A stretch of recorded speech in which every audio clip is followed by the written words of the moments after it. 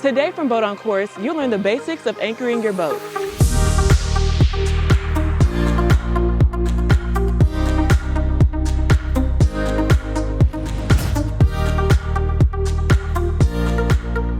Anchoring your boat is a skill that every boater should master. Confidently knowing how to anchor your boat can be useful for recreational activities and emergency situations. Whether it's the perfect place to stop and safely swim, wrapped up with friends, or cast a line, an anchor can hold your boat steady in a secluded area for a few hours. If your engine fails, a properly set anchor will protect your boat from drifting into a nearby hazard like rocks or shallow ground. Anchors are an essential piece of safety equipment to always have on your boat, and some states require an anchor as a part of your safety gear. Common types of recreational anchors are categorized by their shape and function, and they fall into 5 major categories: the hook, the plow, the fluke, the claw, and the scoop. Research which anchor is best suited for your boat and the waterways you boat on the most. Anchors are heavy and can cause a man overboard situation, so make sure your life jacket is snug while anchoring. Before lowering the anchor over, let's talk about the anchor line. The line can be all rope, all chain, or more commonly, a combination of both. The chain provides weight, so this combination is most effective. Remember that the wind and current will move your boat around the anchor. Be aware of your surroundings and allow for a 360-degree area for movement.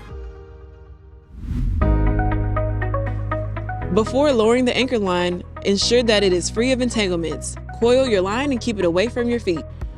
First, secure the end of the anchor line to the bow cleat. Second, you need to estimate the depth of the water. If your boat has a depth finder, that will be the easiest way. If not, refer to your nautical charts. Knowing the water depth will help you decide the correct amount of anchor scope required. The anchor scope is the ratio of the length of anchor line you will want to let out to the depth of the water. A scope ratio of 7:1, 7 feet of scope to 1 foot of water depth, is usually recommended. For example, if you know the water depth is 10 feet, you'll need approximately 70 feet of anchor line. Third, there's no need to throw the anchor. It is very heavy. Throwing an anchor can damage the side of your boat. Fourth, double check the coiled rope is away from your gear and your feet and begin slowly letting the anchor line out. When there is wind and current, the boat will drift away from the anchor. Use the anchor scope and also set the anchor. If there's no wind or current, once the anchor is lying on the seafloor, put your boat into reverse idle and slowly stretch out the anchor line from the bow to set the anchor. And fifth, verify that the anchor is set and not dragging on the bottom. You can sight on 2 landmarks on shore, or use your electronics such as a GPS, chart plotter, or depth finder to sound an alarm if the boat is moving. If the wind, current, or tide changes and causes the boat to swing over the anchor, it may reset itself on the bottom. If it does not, you'll need to reset the anchor. As repositioning of the boat may occur, be aware of your surroundings and conscious of whether the anchor is still embedded in the seafloor. After you've enjoyed your day on the water, you'll need to reverse these steps to retrieve the anchor. When it's time to retrieve the anchor, slowly motor towards the anchor while pulling in the anchor line. Give yourself enough space and clear of any gear that may get entangled in the line. Once you are directly over the anchor, it should pull free. If it is stuck, first try slowly turning the boat in a large circle to change the direction of pull on the anchor line. An alternate method is to pull up the anchor line until the boat is directly over the anchor, and then give the line a turn around a cleat. Pull it taut as the bow dips in the bottom of a wave, and when the next wave lifts the boat, it may break the anchor free. Remember, never tie off an anchor to the stern of a boat.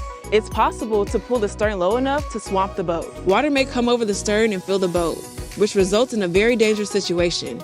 If you can't release a stuck anchor, it's best to simply cut the line and replace the anchor.